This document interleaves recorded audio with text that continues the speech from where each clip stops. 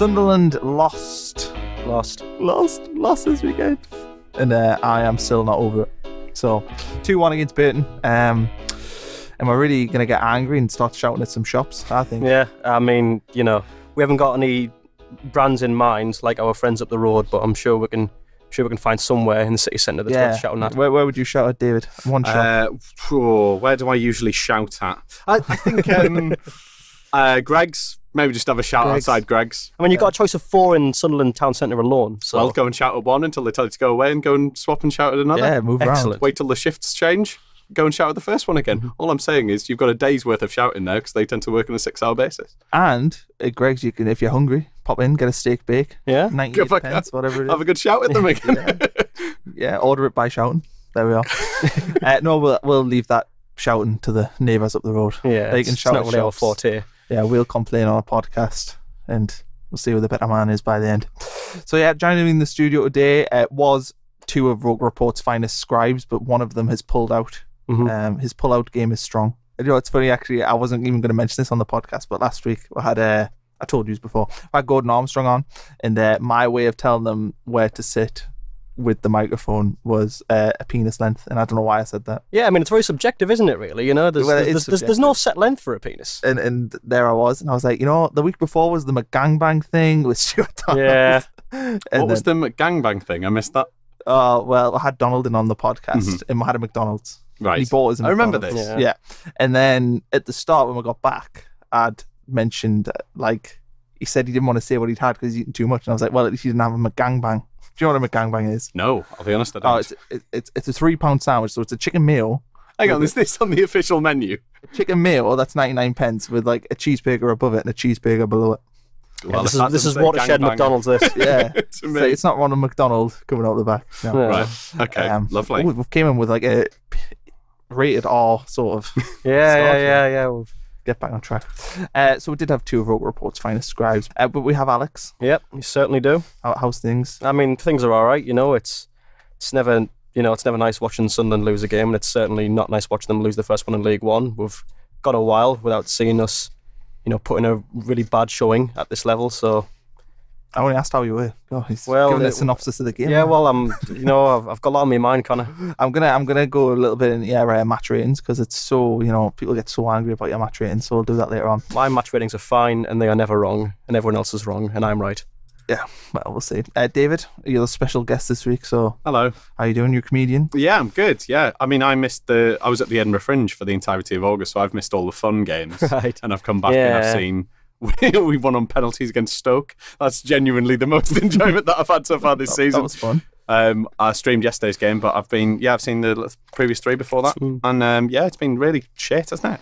Yeah, it's not been great. I was told that we had some kind of revolution. We did, yeah. In all of August, you missed us watching this team that none of us recognised, and now you're back to watch Sunderland. I don't want to try and be too negative. We've already started negative, so we're going to get a bit positive. And, well, I suppose I'll do the positive thing now, because it's really just one positive thing. So I had a look at Blackburn's results last season. They went up, and I saw they won 4 and lost 3 of their first 7. We sit with 4 wins, 3 draws.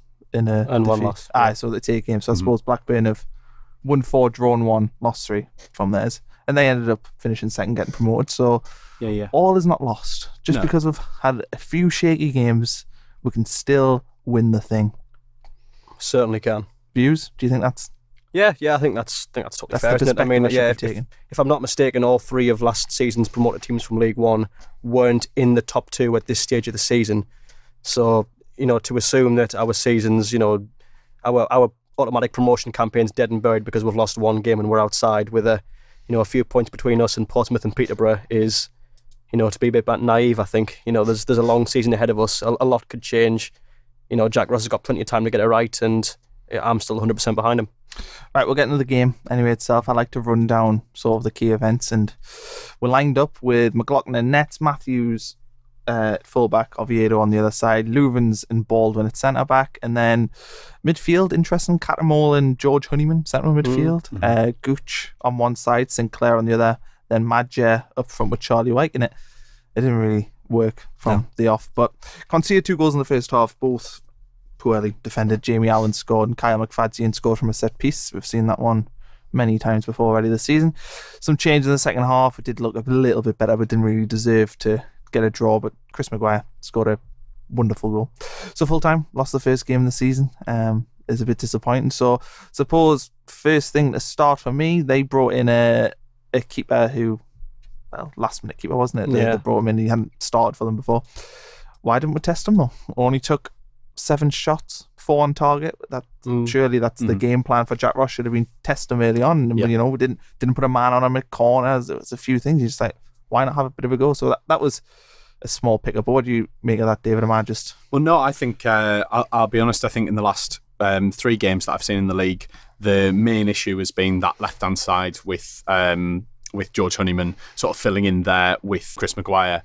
The chemistry doesn't seem right in that part of the pitch, and it feels like the only person who seems to be winning the ball high up the pitch is Lyndon Gooch, and he has his own off days. There just seems to be something wrong in the way that sort of cooking in that cauldron, because we don't seem to be able to get the ball in front of their box, and suddenly Charlie White becomes entirely useless. Like, I don't know, do you know if he's out for a long period? It's tomorrow, I think. We'll find out. But presumably bad, I think. He looked bad. He's doing his best to hold up the ball in those areas, but he's still getting it 35 yards away from goal. And if he's flicking it onto Josh Maggio, he's got to get it absolutely bang on for it to be in any way effective. And then he's still giving Josh Maggio about 20, 25 yards to get to goal and score. It's an almost impossible task. Whereas what you really need is some wide men going up the flanks and putting the ball in. And it's actually quite demonstrative that how effective that is. That the one time that we did that in the Oxford game, in the Fleetwood game, was that it was Honeyman got up the left-hand side, put the ball in, and Maggio scored. We don't seem to be getting into those areas. The interesting thing to me is how much weight did Ross put on keeping Callum McManaman, and then suddenly he goes, he can't replace him, and you don't have anyone who's an out-and-out winger, because it feels like that left-hand side is a real weak spot, and that's why Brian Oviedo keeps getting tested. You saw the goal yesterday. The first goal was when Sinclair lost his man and Oviedo couldn't cover 2, and suddenly we're 1-0 down. It's weak. Do you think McGeady on the bench came on yesterday? Do you think his return will, ease them worries? Well, what you need is some kind of solidity and work rate on that left-hand side, and Aidan McGeady has never been that. I mean, he might put, but that's what Chris Maguire does as well. He pulls a little bit of genius here and there once every 2 games, and Aidan McGeady's going to do exactly the same thing, but it doesn't solve that, whatever it is. I would say at the moment, I was reading that Michael Owen thing where he was talking about towards the end of his career, he stopped running into certain areas, he stopped looking for balls in certain areas, he started to hide behind defenders, and you can kind of see it with Lee Cattermole as well. There's certainly parts of the pitch that Lee Cattermole doesn't want to get himself into because he realises he can't reach the ball in the same way that he used to, and it has such a negative effect on the way that we win the ball in the middle of the park, to have someone who is kind of almost actively, obviously this is an accusation, but almost actively avoiding getting involved in play, because he does get turned, he does let people run at him quite a lot of the time, and if you don't have anyone else there, which George Honeyman doesn't, I don't know where he's playing at the moment, certainly we invite a lot of pressure on the centre halves a lot of the time during the game. Do you think the way they set up Alex with we'll talk about the left hand side with Sinclair over there, I'd say he's not a left winger, he's played there, but he's not a natural left winger. Do you think that's an issue? They've shoehorned somebody in just to get him on the pitch? Yeah. I mean, like David said, on your left-hand side, really, I think you want your winger and your fullback to sort of work with a bit of cohesion. And I think because Jerome Sinclair is not an out-and-out winger, he doesn't, that natural, sort of cooperation doesn't come to him. Not naturally anyway. I think he's probably more focused on adding the pace to the game from the get-go that Ross wanted him to. I think the intention was maybe that if we have a more attack-minded team on paper on that field, we can get at teams straight away. We can get an early goal, and suddenly, we're not needing to catch up to them from conceding one because we've started on the front foot and we can start with me to go on. But I think because Sinclair, he didn't quite, do that. It didn't quite come off for him. I think the issue therein was that when they came on the attack, he couldn't do the role of the winger insofar as he couldn't cooperate with his fullback. And that, as David said, left Oviedo with too much on his plate to handle. And next thing you know, Burton are ahead. Do you think, I want to go through a little bit of actually the starting 11, because I think Ross made a few mistakes yesterday with these team selection. I think we probably all agree that that was the case. But obviously, net, that's fine. McLaughlin was okay. But right back, Adam Matthews starts. Would you not have been tempted, surely, to play Flanagan? He played well last week, taller, probably would have helped on them defensive set pieces. It's interesting. I mean, for the first Fleetwood goal, the headed goal, that was Matthews' mistake, and I think one of the goals yesterday was Matthews' mistake. Matthews conceded a penalty as well. Yeah, of course. I think he's had some poor games, and we just don't seem to have cover in that area. Whether you play Flanagan, I'm not sure. Whether you want to switch to a 3 at the back with Flanagan as part of a 3 centre halves, that leaves Louvens open to be more of a sort of Marshall rather than running around all the time, which is what he's good at.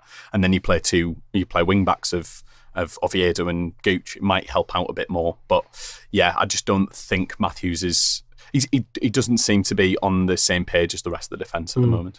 Yeah, and then in terms of, I don't think there's any complaints really. Oviedo slotting in over Hume. It's an interesting one because Hume plays really well last week, but you can see why they pick Oviedo to go in ahead of him. But do you think Ross got that wrong? No, I think he got that right. I think he might have been aware of the fact that Sinclair isn't a natural left winger, and so perhaps he could have foreseen that he wouldn't be playing the role of the winger, like I said, with that cohesion with the fullback. I think Oviedo dealing with attackers without the aid of his winger is going to do better than Hume. I think that's quite unfair to leave a young man sort of exposed to that much of an offensive outlet from any team in this league. When your winger's not providing the help that a natural winger would. I think Oviedo was just a safer bet in my opinion. I think if you had an actual natural winger there, I might have preferred Hume's pace over Oviedo's, all round, general ability. But no, I think in this situation, Oviedo was the better choice. I've been championing an idea that I don't think many people are in agreement with, but I thought left midfield, if you put in Oviedo on the left, more attacking left midfield, and put Hume behind him, then that would solve some of the defence. Certainly to solve the David Moyes do that? Didn't David Moyes play Brian Oviedo right wing for a certain number of games and then also centre forward once at the end? Did he? Yeah. Was this his Everton days or was this for Sunderland? No, it was for Sunderland, yeah. What, we really? Yeah. I'm sure I remember. Maybe I've suppressed the memory. I don't know. He obviously didn't start there, but there was one of the games that kind of just spiralled out of control where Brian Oviedo was playing in behind the forward, and you go, "Wow, this is this is like David James." These are the salad days, my friend. Yeah, but if you put Oviedo, though, he can't play left mid, irrespective of Moyes' stupidity, put him on the right. But you can play Oviedo left midfield, move Hume to left back, then that would defensively make it far better on that. I don't know. I don't know. I mean, the question, why can't Oviedo play on the wing, asked in 2018, sounds an awful lot like why can't Van Aanholt play on the wing in 2014? No, I disagree. I don't think that's the same point. Because, Van Aanholt never actually, I don't think, played on the wing. I can't recall him ever. No, but there was always shouts for him to go on the wing. Because but Van Aanholt's a different sort of player, because Van Aanholt, the reason why he wouldn't have been good as a winger is because he was so pacey, and that's how it worked. He was so good at overlapping. And you would lose that if you put him into left mid. Whereas I think Oviedo, the things that he's doing well at the minute in this team isn't actually the defensive stuff. It's the stuff going forward. It's the crosses. It's the quality he has on the ball. And that, I just wonder, with a young Denver Hume at left back, how much would he benefit from having somebody like Oviedo who'd be defensively responsible ahead of him? Certainly yesterday, you're telling me that you, in hindsight, wouldn't have rather have seen Oviedo ahead of Sinclair on that left side. Oh, definitely, yeah. Especially playing two up front as well. Yeah, I would say so. I would like to, I would like to see Oviedo tried on the left wing with, Hume behind him. I'd like to see Hume going forward with his pace, safe in the knowledge that, should he cock something up, Oviedo's there to sort of, pick up the pieces, playing as the makeshift fullback in that situation. But yeah, I mean, I'm obviously just worried that there was a reason Van Aanholt didn't play when he was always been a left back, and I think maybe I've just got me concerns because Oviedo's being asked to make the same switch that we wanted from him. But as you say, that they aren't the same player. So there's the funny thing is about the Van Aanholt one is who would we have played at left back then? Oh God, rather than Van Aanholt. Did we have Don Love by then? No, I don't think we did. No. No, this was 2014. Of course we didn't. Oh. Yeah. So in terms of, we spoke a little bit about left midfield, but in central midfield, Cattermole lines up with Honeyman. I mean, sort of has a disaster written all over it before it starts. Especially when you've got Ballymumba, who's done really well. Mm-hmm. You've got Robson, who's come back from injury. Not been great for the under 23s, but No, he's apparently had a bad game against the Norwich under 23s apparently. I saw that today. But there is options in centre midfield, so why slot in Honeyman into a position where he did all right against Charlton, but isn't really his natural on it? It just didn't seem to make sense. I think the issue isn't necessarily the midfielders you've chosen, it's the fact that you've not got enough midfielders there for what you want to do. I think playing cat and ball with one other midfielder that's not particularly strong is just a recipe for disaster. I think, cat and ball has some very good attributes in this division, where he can still pick out a pass. He's obviously a very experienced figure in the midfield. He can put in a tackle if he can get to the ball in time. But if you don't have, I think, two energetic midfielders either side of him, or at least with him, then I think you can't compensate for his lack of pace. Yeah. And I think you will just get overrun. I mean, we've seen it a few times this season, and I think, if I was Ross, I would try to 4-3-3. I would try and see, can I put Cattermole in the middle, and can I put, McGeoch and Honeyman, or McGeoch and Power either side of him, and see how we get on with that. Or alternatively, I think you could really, I'm no longer in the, I hate Lee Cattermole camp, but why not just drop him? Why not just drop him and play Honeyman, Power, McGeoch in the middle, and then you lose the issue having a player whose legs have quote unquote gone, and then you've just got three energetic and fairly strong midfielders. I think obviously we can't have Power at the moment, but what do you make of that, David? And do you think Cattermole has obviously had a really positive reaction scoring against Wimbledon, but do you think since then he's maybe doing more harm being in the team or not? I think it's not necessarily about dropping one player and bringing someone else in. Tactically, we have a real problem at the moment with the high press. When teams come out and they press right on our centre midfield, right on our defence. In the Secret Footballers book, right, who I believe has been outed as Dave Kitson. Yeah. But what he talks about, Tony Pulis had this idea of the turnover area. And the turnover area, what it is his your own half. Imagine that, and then imagine putting a blanket over that, and then folding in 5 yards from the penalty box, from the halfway line, and from either touchline, and that's what he calls the turnover area. Now that's the turnover area. That's where you're most likely to get the ball, and when you get the ball, you're allowed 3 people to break: the 2 strikers and the nearest winger. Now, I don't advocate Tony Pulis style tactics, but the way that we get the ball is you move that blanket another 10 yards back. So most of the time we're getting the ball on the edge of our box, and then we have to break. And one of the things that Sunderland really lack at the moment is a kind of trequartista, or the Brazilians would call the fantastista, who is the player who sits in and behind the striker, who can receive the ball, quick change of feet, pass it out to either wing, or supply the strikers. We just don't have anyone like that. No. So either you have a big destroying centre midfield that is going to get the ball much closer to the halfway line and then break from there, or you find some player who can sit in that role and hold it up, because otherwise you're just playing it up to Josh Madger, who's going to get muscled off, and you invite pressure back on yourself. Yeah. I think Cattermole lets the game go past him a lot of the time. One of the things that he's really good at is marshalling everyone, making sure that everyone's in their right position, because he can still see the game to a Premier League level. He can understand where all the positions have to be and where everyone has to be. But as we don't have that kind of definition with Gooch and Honeyman and where they're supposed to be and where Chris Maguire's playing, because he has more of a free role in behind the strike and sometimes left wing, that skill that Cattermole supposedly has breaks down. It's not really effective anymore. So I'll be honest, I think we bought Dylan McGeoch to replace Lee Cattermole. I think we bought Loco 9 to replace George Honeyman. And I think we've got Barley Mumber and Ethan Robson coming through. And I would give those 4 a good chance of playing centre midfield for a few games, because I think possibly that might be the option that we need. There's a tactical problem here. That it's much bigger than just one player coming in. And it's interesting that you say that, because I remember thinking that the last few games I've watched us play this long ball football, because as you say, what was that phrase you used for the turnover area? The turnover area. It's not mine.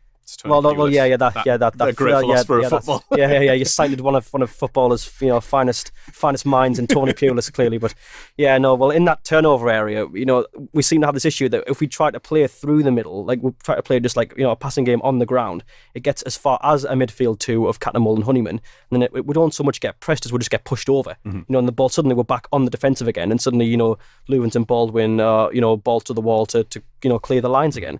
So I think, as you say, if we try, I think either to either replace Cattermole with someone who, isn't going to let the game pass by him as much, with a bit more mobility, or just try a 3 and chuck in someone like, obviously like Luke O'Nien, who's, if nothing else, proven himself very energetic, or Dylan McGeoch, who, as you quite rightly pointed out, is probably just a replacement Cattermole. He's a bit younger. He does, he's remarked as having all the same attributes as Cattermole's always been praised for.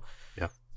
So yeah, I think that's just what you've got to do. And I think, because I remember when we played Scunthorpe, we played it on the ground and we were fine. When we had Max Power, when he was, before he went out, we played it on the ground and they were tremendous. So if we can just get back to, that sort of free-flowing on the ground passing football, with a midfield, that can hold its own when it comes under pressure, we'll be fine. But until then, I think we'll keep drawing and losing games if we don't fix that issue sharpish. Do you think the Charlie Wyke injury, and if he is out for a long time, actually hampers Luke O'Nien? Because I think Luke O'Nien last year played with Akinfenwa, who is the ultimate shithouse.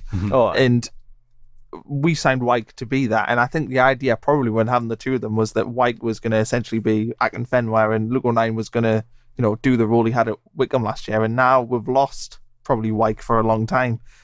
That kind of makes the situation worse, I think, for O'Nien. I don't know if that's maybe me reading too much into it, but that's certainly how I interpreted the signing when it happened. Yeah, I don't think he would have been signed with only Charlie Wyke in mind. I don't think Ross is going to sign a player and think, right, you're here because I want to play this exact style of football. I think he would know that he's not always going to have Wyke available. He would know that the game's not always going to lend itself to Wyke. He would have signed O'Nien with the intention of, just working in a more general, all-encompassing philosophy in this team. I think it's a interesting kind of perspective. I think obviously, O'Nien would be well versed in supplying a shithousey striker, much like he did with Akinfenwa, but I think I would like to think there's going to be more to his game than just that. I'd like to think he could do something else, in a different setup. Looking the substitutions yesterday, so I had Maguire came on, McGeady came on, Luke O'Nien came on. The substitutions have an impact. I mean, McGeady, Luke O'Nien, obviously not as obvious as Maguire, who scored as a screamer, but what did you make of the changes? Well, O'Nien came on a bit too late for me. I think if we were going to make use of his energy, we should have done it, 15 minutes earlier. He came on, I think, around the 80-minute mark. Yeah. And I think, if we want him to come on and channel his energy into, conjuring some more ideas for us going forward, then we should have done that earlier. I think McGeady was never going to have a tremendous game, and I wouldn't expect him to on his first game back from a lengthy injury. Did nearly score though, didn't he? Fired one wide. Did he? Well, yeah, just wide, yeah. Oh, yeah. There was that shot, didn't he? After the goal mad scramble. Wasn't it? Yeah. I mean, I say nearly scored. I mean, should have scored, but fired it wide's probably the right. Yeah, I mean, he had a chance, didn't he? Really, but other than that, when he was getting forward, he didn't quite look as tricky as we saw him at the start of last season.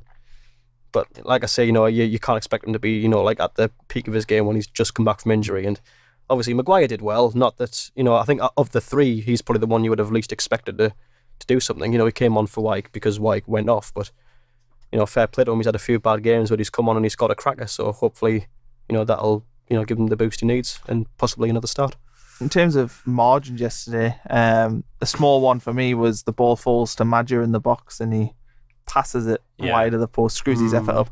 If that goes in and we take the lead there, how different is the game? Or do you think we just were never going to win yesterday because we weren't good enough?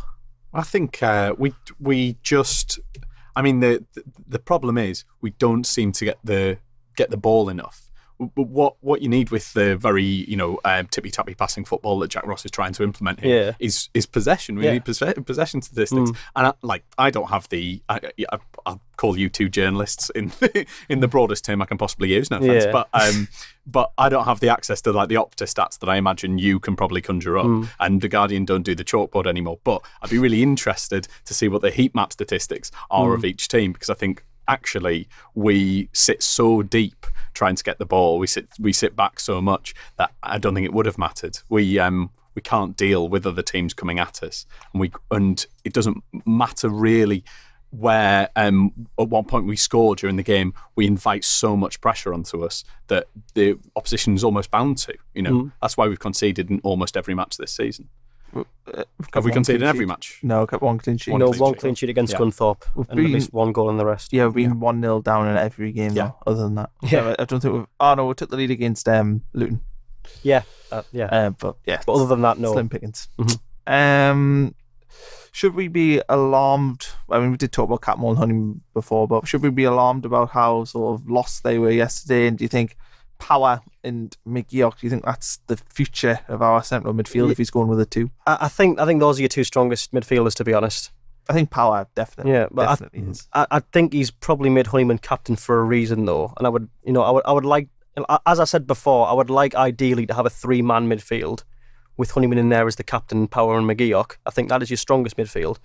But I don't think Honeyman was lost, to be honest. I mean, I know, especially with the player ratings, I get a lot of stick saying that, let's have a look. Defend Honeyman, 6. religiously, and that's low for you. That is low for me, to be fair. Well, I mean, it was the norm last season, but now this season it's low. You gave him the typical word graft comes in there. It's always a word used with George Honeyman is graft. And how much does George Honeyman want to be at Sunderland based on what he said during the summer, or what his representative said during the summer? How much does he actually want to be? Well, I think he could have gone and he didn't. And that for me suggests that. I think so. I think there was a few Championship clubs sniffing around. Sheffield Wednesday were reportedly very interested. Right. And they're I think at this moment in time an average Championship club. Yeah. So I think if he didn't really want to be here, and a decent offer came in from a Championship team, you'd probably go, okay, in a bit, I'm out of League One. I'm gonna have another swing at the Championship. But fair enough. Clearly he's come back and he wants to stay in a team. And obviously, maybe just make up for last season or whatever. I mean, there's reason enough there, I think, to suggest that he does want to stay. I think he wants to stay. Yeah, I think you have that conversation in the summer before you give him the captaincy. I think George, we're going to give you this, but can you say to us that you're like, you want to stay here? The captain's armband too is quite a big statement because it's normally if you give a guy your captain's armband, he's not going to stay just for the season. He's not going to have any immediate plans to leave. I don't think. I think a lot of teams' captains, will have the intention of staying in the team and marshalling said team going forward. Do you think though that we are overstating the captaincy? I mean, how important is a captain in this day and age of football? I dare say quite a bit. You say quite a bit. Someone's got to attempt to keep the team together on the pitch, don't they? But I don't know if that's the thing. That's the debate with the captain. It's surely there was better candidates to do that. Would you look at Louvens, Baldwin? I think Louvens was the only realistic candidate, really. I think Baldwin, to be fair. Baldwin was... Now you've seen the season unfold. Now you've seen the way that we play. I think Jack Baldwin is the most important player for us. Well, I mean... If he got injured, no chance we're going up. I think you can be... I think you can be a very good defender without needing to be a captain or a very good centre-back. I mean, Jonas Kabul and Lamine Cornet work together well, but I wouldn't have either of them as a captain. Personally. Yeah, but that's not really a fair comparison because Baldwin has been a captain. Well, I mean, I suppose I don't know. I just think there's in that team the two standout candidates for me would be Honeyman, just based on the fact that he's a local lad. He's been at the team for a while. I don't want to use an extremely awful cliche, but I think he does just get Sunderland in that respect. Gets it. Yeah, he gets it. Gets it. Yeah, he just gets Sunderland. Yeah, it's that one defence that we always used for Coleman last season. I'm going to use for Honeyman now. Yeah, he does. I think he does, and I think Leuven, just because he's been, he's such an experienced footballer, and he's, been captaining Sheffield Wednesday for God knows how long. I think those two are your main candidates. I could see Baldwin as well, but I could see those two as being the ones that I think would have been in serious contention for it. No, it's an interesting debate, I suppose. I wonder though if the captaincy, it might have made more sense to see how the start of the season played out before. Giving out the captaincy before the season starts, I think is actually a risky game. I don't know, maybe that's just me reading too much into it. Well, you have to have a captain for the first game, so you've got to give someone the captaincy. You don't have to have like an official sort of, X is the captain. He is always the captain. I don't know. It's an interesting point. So it's fair to say that we all agree that Ross got this one wrong. Yep. Tactically. So how do you think you'll respond next week, David? I think there'll be certainly changes in midfield. I don't know if Chris Maguire will come back in. I don't think Sinclair did himself any favours. So should we all do a selection? That would be nice, wouldn't it? Do a team selection right now for next week. All right, so I presume we're all in agreement. McLaughlin goes in net. Yeah. Even though Robin Wright, I was great in that Checker Trade Trophy game. Well, I mean, if you perform well against Stokes under 21s, you've just got to start, really, haven't you? Come on. Yeah. Well, if you want Wright in, no, I really don't. Millwall at home is still in my mind. He's got clearly that was just a bad game for goalkeepers. That was magnets in the ball or something. Oh, that was unbelievable. Awful. It was 4 goals just thrown into the net. That was hilarious. It was terrible. So left back Hume, Oviedo. I think it'll still be Oviedo. Yeah, I don't think he was coming in. Are we choosing the team that we would pick or the team that we think Ross will pick? Oh, good one. Why don't we do both? Why don't we start with the team we'll pick? I don't know, confusing everyone. That's true. Yeah, we'll just do one. Just one. I mean, do the team that you sort of think Ross would pick, but with your sort of, your kind of. See, we can't decide, and this just emphasises how important it is to have a captain. There needs to be someone that we can defer to here.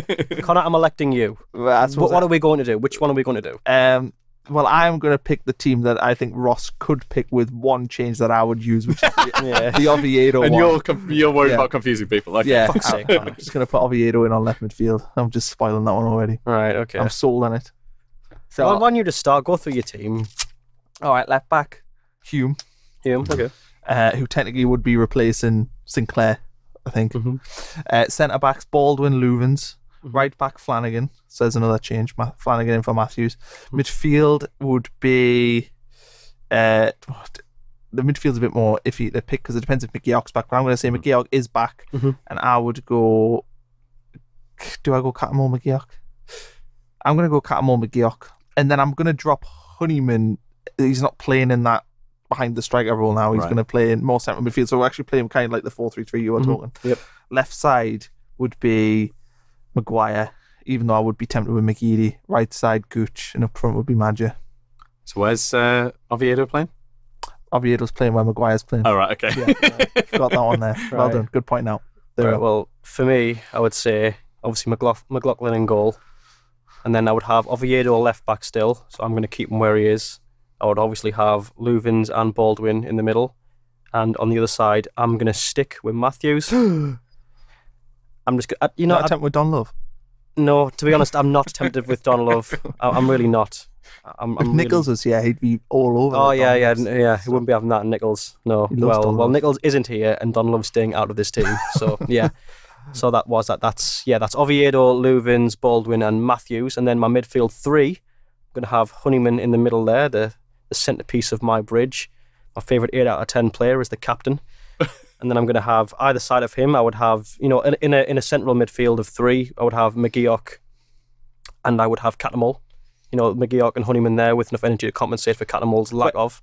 Just when Power gets back the week after, when Power gets back, the same as me and taking Catamol out. Yeah. Catamol's getting shifted once Power's back. Yeah, once we've got the Power. I think it depends who plays better this week between Catamol and Honeyman. That would be maybe, yeah. But I think I'm anticipating Catamol, being just a bit too slow, and while the other two will compensate for it, would be better off just without them altogether, and better with, Power with a bit more energy, and obviously, with a goal in him. I think more so than Catamol.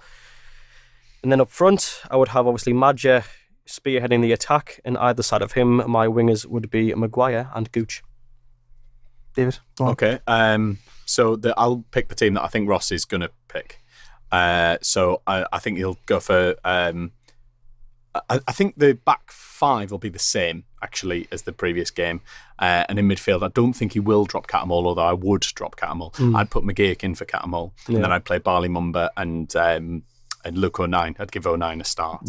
I don't think he will do that. I think the problem with playing Catamol and McGeoch at the same time is that they both try and play in exactly the same position, which is dropped in between the centre midfield and the central defence, kind of trying to play this sort of quarterback role. But if both of them are trying to play it, then it means that one of them ends up getting pushed into centre midfield and he's totally overpowered because he doesn't have the industry to keep going. So, which is why I'd put Mumba and O'Nine in there. And then I think it'll be it'll almost definitely be Madja up front, and instead of playing a 2, I think Sinclair will get dropped, and we'll have Gooch on the right and what's his name on the left? Go on. What's he called? Maguire? No. Dunno? Maguire, yeah, sorry. Yeah, I think, so I think it'll still be that. But I just worry about that left-hand side. I think we're massively open. I think teams are starting to understand that now. Yeah. Which is why people criticise Oviedo for recent performances. And Denver Hume came under a tremendous amount of pressure against Fleetwood. But I don't think it was his fault at all. And one of the reasons that people gave him such a high score was that he dealt with that pressure very manfully, and he was he was all over, covering every blade of grass. But he needed to be, because they barely touched us on the right hand side, whereas on the left they really hammered us. How old is he, Denver Hume? 21, maybe. Oh, is he 20? 21? Is he that old? Is he? I thought he was a bit younger. Hang on a minute. Still, 21's no age really, I think, for professional football. Being thrown into the first team. He's a pensioner. Yeah. He's a pensioner. He's 22. Is he 22? Is he? Yeah. He's just turned 22 on the 11th of August. God, he looks so cherub-like. Yeah, cherub-like. He's such a small little boy. He is, that's the thing. He's a wee lad. We talked about last week, but Denver Hume, Lyndon Gooch, George Honeyman all played together. It came through that under 20. Right, today, okay. Yeah, I recommend him a beard. It's done me wonders. You have. He looks a different bloke now. Right. Yeah, I used to be clean shaven. I mean, I'm 21, but I look like a burn without it. So he looked ugly. He was a virgin, and now he's grown a beard. He's exactly. Yeah. All the ladies. Honestly. Yeah. Wow. I mean, every word he just said is true. Yeah. It's like his beard's like Old Spice. It's great. You're damn right. It's just a load of lies. An hour and a half of lies.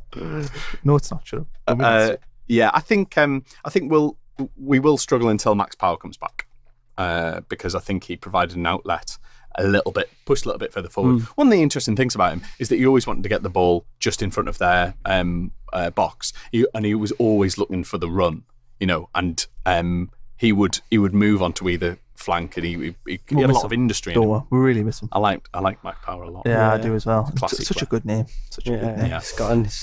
Yeah. In terms of we did the team selection there, but in terms of the response, for me, I know that teams come to the stadium light and they're all excited and they play their hearts out for the first half an hour, the away teams that is. Next week though, they've got to be the one that starts on the front foot. They've got to make sure that Rochdale know that they're playing against a team that is going to be up there, because I think this year, apart from Scunthorpe, no team I think has played us, even when we won 4-1 away from home, and thought, these are the best team in the division. And I just want to assert that sort of dominance authority on the game, and like really just kill them. I'm gonna offer a bit of devil's advocate there on what you open that sentence with, that every team loves to come up here and play against us. I mean, I just wonder, do we possibly overestimate just how significant that is? Do you think? I think some of the teams in this division will see this as a big away day, but I think if we assume that every team in League One can't wait for their chance to play against this really big club in this really big stadium with all these fans, I think some teams probably think it's I think look forward to, but I don't think they're counting down the days, minutes and seconds. I think we're getting a bit maggish if we think that all of a sudden we're a big club us though, they can't wait to play us. Yeah, right. Be the best year of their entire season. It's the bloody cup final. I hear you saying that, right? But I do the away fan sort of thing at the fan zone before the games, right? And every single away fan I've spoken to has spoke about how it would even be nice to score a consolation if they were 4-0 down, right? And I think it is understated. Really? I mean, I've got a Rochdale friend, so I was texting him yesterday because he's come to the game, and he says, to be fair, scoring at your place will be enough, even if it's a constellation. Right. Wow. So I think, though, like, to say it's understated, I don't think it's true. I think these players, how many of these players would have played in front of 30,000 for a league game? Oxford hadn't played in front of a 30,000 league crowd since they were last at the Stadium of Light when they got beat 7-0. Yeah. So I think it's not understated. Teams will, in the same sense that, when I'm trying to think, it's hard really because we're Sunderland and we've been in the Premier League for donkey's years. But newly promoted clubs go to like Old Trafford and stuff, and they don't often get beat 6-0, do they? They normally go there and get beat 1-2, 2-1, that sort of thing. Unless it's near the end. I get what you mean, but I think if I want to keep up my whole devil's advocate thing, I might go as far as say that, I might concede that maybe that is true of a few teams, and I think like a decent portion of the players in this division of those teams.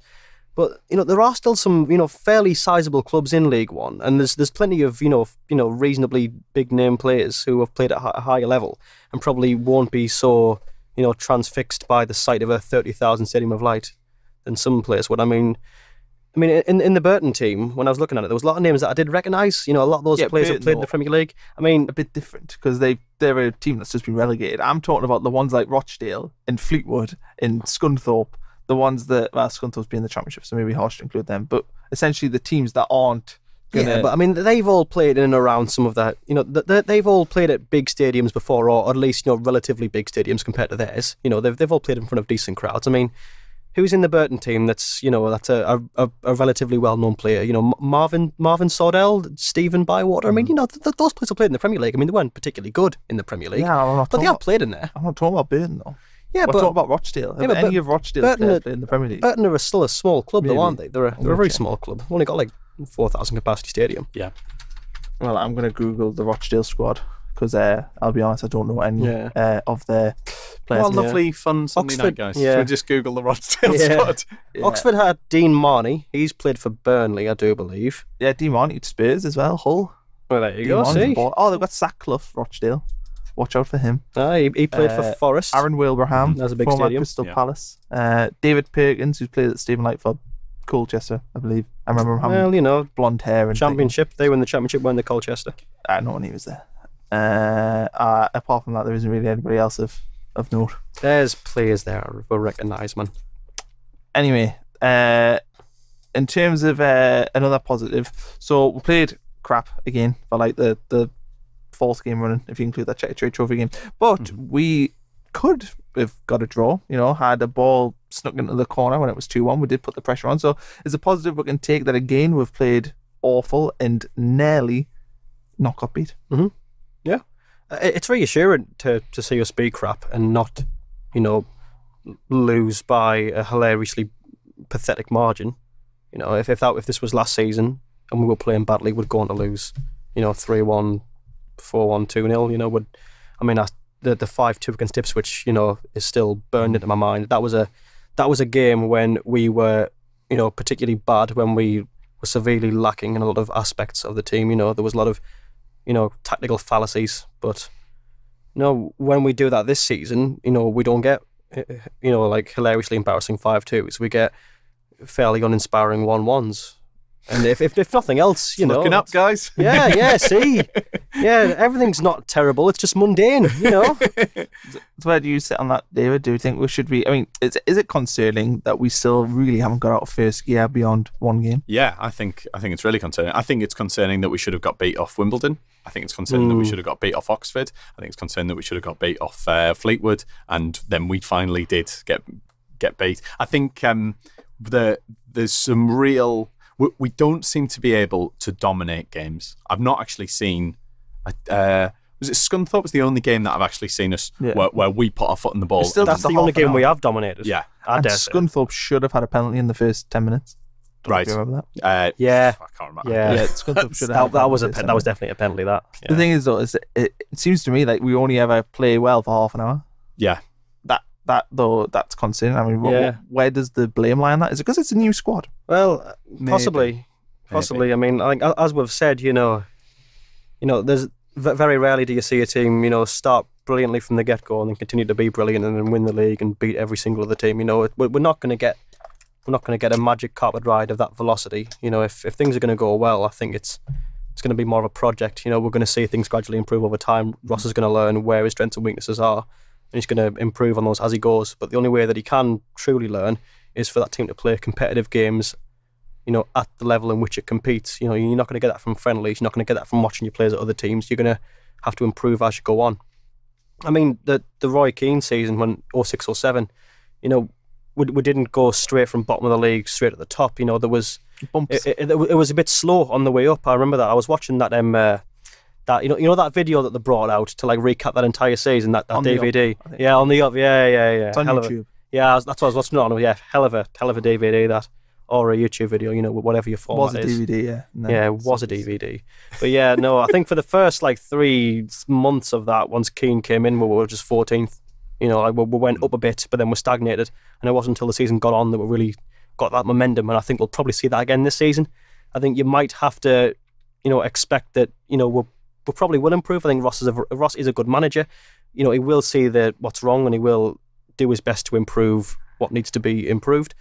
But I think it might be until January, February that you see us winning games on a really consistent basis if we are to mount a serious challenge for the title. But for the time being, we might have to endure a few defeats to a few jobbers, and that's just that's life. Yeah, it's 114 points to play for, so that is true. Right.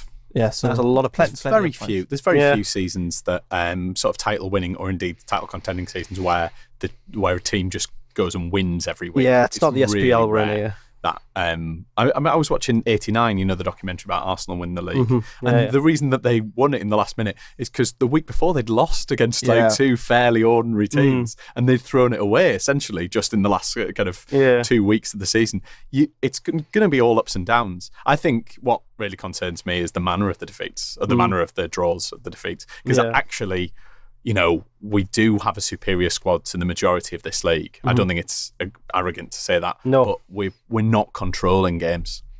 What happens if we don't improve? What happens if we have convinced ourselves that Sunderland are better than what they're showing at the minute, and the actual reality is this is what they are? We get Ross out, there's a rotten core, everything's gone wrong, bloody Ellis Short's fault, Mike Ashley's fault, everyone's fault. Shout at chops. Aye. Shout something. I think Murray should go. That's my... Yeah, I agree. This is all Bruce's fault, this. Bruce and Defandy. Fair play. Do you see what Defandy said this week? No. Didn't Defandy come out and say that he'd had wonderful results in his time at Sunderland? Sick. Yeah.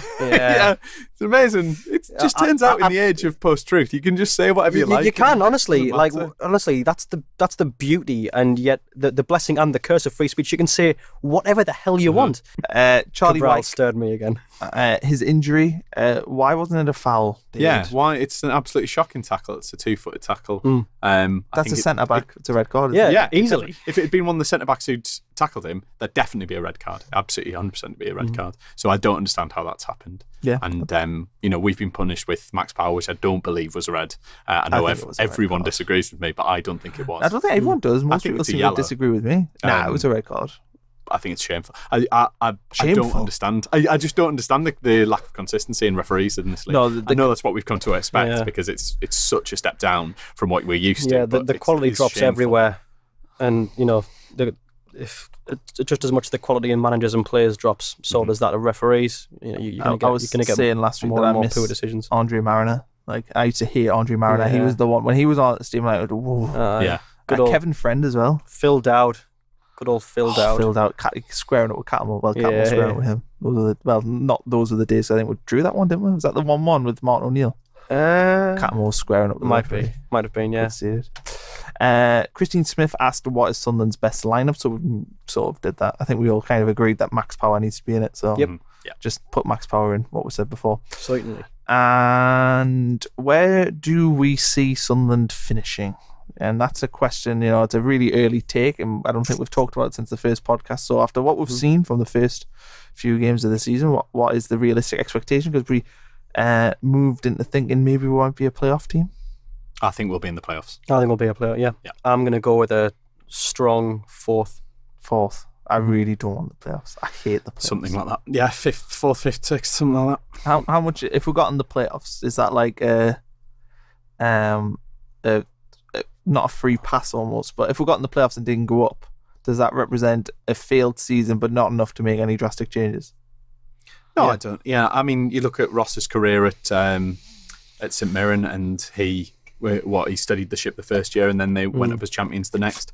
I think that sort of thing does happen. It's very rare that you get relegated, the entire club changes, and then you bring in whole new squad, whole manager, and it just clicks immediately. It's so rare. So I think, to be honest, as long as we avoid being in mid-table obscurity this season, I would say it was a win. I'd like to think that we aren't so ungrateful that if Ross doesn't just promote us this season, we won't think, furious, you're not good enough for us, you've got to go. We want a manager that's going to get us 115 points and promote us. We need perspective. Yeah. We all need to get out of this sort of bubble in a lot of senses where we're like, we're something we should sort of go up. And we need to remember that we have changed literally everything at the club beyond a few players. Yeah, we've had a complete overhaul. Like the club's identity is unrecognisable to its former. There aren't any clubs in the entire Football League who've gone through such a dramatic change over a few months. So I've said before, you've got to expect a slow start. But that being said, with the calibre of a team he's got, I think, as you said, David, if we are in mid-table mediocrity, I think then then that would represent a complete failure, because I think you've got to at least be in and around the playoffs. Yeah. I think if you're any lower than just outside them, in my opinion, then you've massively underachieved. Fair play. Okay. Well, we've got Rochdale coming up the weekend. We have an extra podcast coming up about that as well. I'll be interviewing my mate. But before we sign off, David, we're going to ask you everything that you're doing. So educate our listeners. What is a David Callaghan? Right, okay. Yeah. I mean, it might be superfluous. People might not want to know, but I'm happy to fill up a bit of time if you want content. So I've just come back from the Edinburgh Festival, and I was doing... Basically, I've done quite niche shows as full hours in the last couple of years. So in 2016, I built my own planetarium, and that was called Let's Get This Partly Started. And it was a planetarium experience where I projected with 2 projectors on the curved mirrors that you get in shops. I bought them, and it recurved the projection onto the walls, and I did stand up about being under the sea, or journeys. I took the audience all on a journey, or we went into space, or that kind of thing. So none of that can be done in clubs. And then this year I did the first ever technological choose your own adventure, where the audience use their smartphones to decide what happens in the show. And I'd found this episode of Taggart from 1996, and I remade it with comedians. So it was kind of a journey through that, where at the end the audience had to find a bomb and defuse it. And there's 2 different endings. Anyway, I did that at the Fringe this year, and I'll be filming it next February and putting that up online. So if anyone wants to watch that, that'd be great. But if you want a more sort of traditional stand-up show, that's what I'm going to be doing next year. I'm doing it at the Glasgow Festival. We've not quite sorted out a date, but I'm part of the Chunks Alternative Comedy Collective in Glasgow, and we generally take over a venue for the entirety of March and put on loads of really interesting weird shows. And my show this year is called I thought of the name the other day, which was just a working title, but I don't think I'll think of anything better than this. It's Give a Man a Fish, Go On, Give him one. Stop hogging all the fish, you big greedy mariner. That's what it's called at the moment. I'd go with that. Yeah, thanks, man. Yeah. So that'll be on. It should be around the 20th of March in Glasgow, and then that'll go to Brighton, Bath, Cambridge, Guildford, London, hopefully 1 or 2 in the northeast as well before going to the Fringe. You should do exclusively port towns.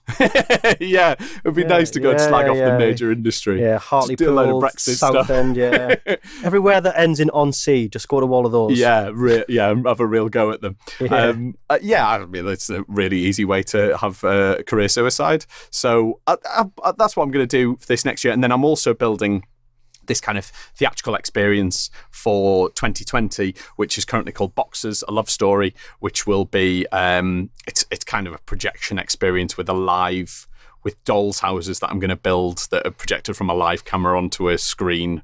I mean, there's more to it than that, but that'll go to the Fringe. That'll go to the Glasgow Fest next year as a work in progress, and then it'll go to the Fringe in 2020. So that's kind of what I'm working on. And then apart from that, I'm just driving to different market towns every night and doing 20 minutes of comedy for a certain amount of money, and then driving home and kind of cry at Weatherby Services. Right? Yeah, I'll be at the stand sometime before Christmas. Yeah. So that's always cool. It's nice. It's good fun. It's a good night. So yeah, that's my career as bad as it's going. That's how everything... Well, you see, we need more interactive comedy, so it sounds to me like you're fighting the good fight. You know? Yeah, my comedy's very interactive. Certainly afterwards when old people come up to me and go, I didn't get it. It's most of the interactions that I get. The future is now. Get some heckles in there. Do you heckle? Do you get people... Yeah, you tend to get people heckling, but do you pick on people? No, not really. I mean, I did in my most recent show. I got people up on stage to do like little act out. I made up sort of different films that they had to act out on stage. But I think if you're good natured, people will be good natured back. The worst thing with hecklers is when they actively want to destroy you. Yeah. And then it becomes like a real issue. It's enjoyable for me because I've been doing it long enough that it's quite fun. But it'll sour the gig. I mean, it'll spoil it for every other comedian that's on. I don't know why you'd ever want to go to like a comedian's gig and just think, you know what, I don't even know this guy or girl, but I want to ruin the show for no apparent reason. I mean, how small do you not got to be to want to do that? Why do people go to Sunderland and boo certain players regardless of their performance? Why do people leave at 88 minutes? It's just a mindset that certain it's just people one of those things. Yeah. Yeah. I don't know if I would have the balls to do a stand-up. I would love to do it once. Give it a go. It's good fun. I know, but I I'm going to stand at the back and heckle you. Yeah, for your lack of head I hair. would probably be best going without like a script and just standing there and hope for the best. A lot of people have thought that. I've seen a lot of gigs where people have thought that, and it doesn't not go well. No, doesn't that? Oh well. I mean, that's probably something there.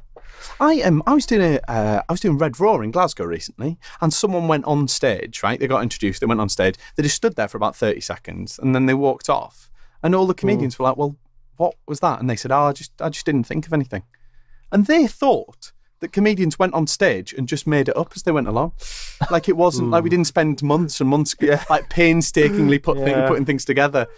It's amazing how people believe that Michael McIntyre just thinks off the top of his head. You know, speaking of him, funny story. When I was in Mallorca, when I was 12, we accidentally went into a bar and saw Michael McIntyre just like putting on his show for like a really small crowd just to try it out. Apparently, it used to do that. I mean, is that a thing that comedians generally do? Do they just try out the material to just random people? I've never flown to Mallorca to do it. Oh, well, no, I mean, you know, it's obviously very, you know, it's a nice life for some, like Michael McIntyre, isn't it? You know. Yeah. Occasionally, when you'll do a new material night, I'll go along with some new material, and then before you is someone who's like a big hitter who's dropped down, and you'll have the worst gig you possibly can because I've had to follow Dylan Moran before. I'm never. Even my best stuff is nowhere near as his work. Nowhere near as good as his work in progress bits. Right. So the famous story is like Jim Carrey would do it in the 1990s when he was like big in films. He would occasionally just drop down on the LA open mic circuit and just destroy every gig. Just that became absolutely pointless for anyone to go. It's hard for somebody like him to do bad because everyone wants to. Exactly. Once you have that reputation, he's also incredibly talented and good, and has honed his craft over a number of years. I mean, you can't take that away. It's just cruel, really. It's like it's like being being Harry Kane and just going to bloody, you know, Port Vale or something just for the crack, you know. You know, George Weir turning up at. Look at you, League Two keepers away. That's the fourth you've conceded. It's that thing about Neville Southall used to play Sunday League. Once he'd retired, he went and played Sunday League, and people would be like, "Oh, I'm having to line up against Neville Southall," but he insisted on playing centre half. So, that's 1-1. Who's your favourite comedian other than Daniel Kitson was the comedian that made me really want to do stand-up. Daniel Kitson, Stuart Lee. I think really my show that I've done recently, if you really like the kind of tech people, like Fox Dog Studios, if you really like things like that, then you'll really like it. But if you want to see Peter Kay, I did work in progress fit in York, and everyone hated it. Right, I was replacing a magician, and all the audience were over 70, and it was a tough hour. And after it, someone came up to me and went, "You're nothing like Chubby," and I was like. Yeah, I mean, that's a good thing. I see that as a real positive, mate. And he wanted to talk to me for about 25 minutes about why Roy Chubby Brown was immeasurably better than me. So if you like that kind of thing, you're not going to like me. But yeah, fair. Well, I'm not a fan of Roy Chubby Brown, so, you know. No, man. There's one potential fan you've not lost. I really like Lee Mack. Because, like, I watched Not Going Out, and every line in Not Going Out is a joke. Have you ever seen it? It's really tightly written, yeah. Yeah, and I'm like, and he writes it as well. I was like, you must be a genius. It's a very American-style sitcom because it's very sort of gag-led. Yeah. It's really interesting how that's different to UK sitcoms. That that's kind of the only example on British TV that is like that. Yeah, I struggle with American sitcoms normally. I mean, have either of you seen the American In-Betweeners? When they try to like radically Americanize it, and it just amazing. It just didn't come off. Yeah, like I remember. I mean, everything about the In-Betweeners that was like good in the British version was that like it just looked like you were like mates of these blokes following around with an iPhone recording these lads just being like, you know, just like ridiculous. But in the American one, it was just like it was just like any other American sitcom, but it was a British sixth form, and it just didn't work at all. Like I remember watching them all when they first came out, and I was thinking, Jesus. They're all too pretty, I imagine. They're all too pretty in American sitcoms. Yeah, it's not like anyone that I've ever met. The bloke who plays Neil's meant to be like a big, gangly, long-haired, like American stoner, but obviously Neil's character it just is nothing like that. You know, I mean, they're both fundamentally morons, but there's just no similarity beyond that, and it just doesn't work. This podcast morphed into something. Oh yeah, we're just talking comedy now. Yeah. But yeah, I think I think there's some really, really good alternative comics out there, and I think people should probably, go and look for things that aren't on Live at the Apollo. Because actually, I don't really like anyone who's ever been on Live at the Apollo. I don't really, really like anyone who's ever done it. I think Nick Helm did it once, and I think like Greg Davis and a couple of other people, but the majority, I just think it's very, very pedestrian. Yeah. But then you would snap it up, surely, if it offered. Oh, if offered, yeah, absolutely, guys. I mean, anyone, mate, I'll take 20 quid. Just do 10 minutes around the back of Tesco's. I am a whore for hire, mate. I want to make that absolutely clear on this podcast. If anyone wants to pay me to do literally anything, I will do it. Those are your words. You're very much welcome for the free promo. I'm sure there's plenty of people out there that will happily have your services. Ambiguously for whatever, ominously so. Right, well, I think that's a wrap. I think we are finished a sandwich for the personally. day. I see I could do your job. So I think we've done about an hour, but the screen's not telling us. So okay, yeah, that's all right. So thanks for coming on. Thanks for coming, David. Thanks for having us. You are very well educated. I liked how you brought books into this. We don't normally talk about books. No, you brought in 2 books, I think. Dave Kitson's book, that famous literary mind. Did you not bring another book? Have I missed that? I don't know. I think the term Fantastista I'd learned from one of Jonathan Wilson's books. So it might be Angels with Dirty Faces, which is great. That's a record. Yeah, we should just become like a football, literary book club. Yeah, we should. Yeah, we'll go for a lot more of a intellectual. And lose all of our listeners. Yeah, lose literally 99% of our listeners. Most people will have turned off from the introduction where I was talking about penises, to be honest. So. Yeah, most people won't be hearing. Right, okay, well, I am going to finish recording now. So thanks for coming, Alex. You're welcome. As always. Thanks, David. Cheers. Yeah.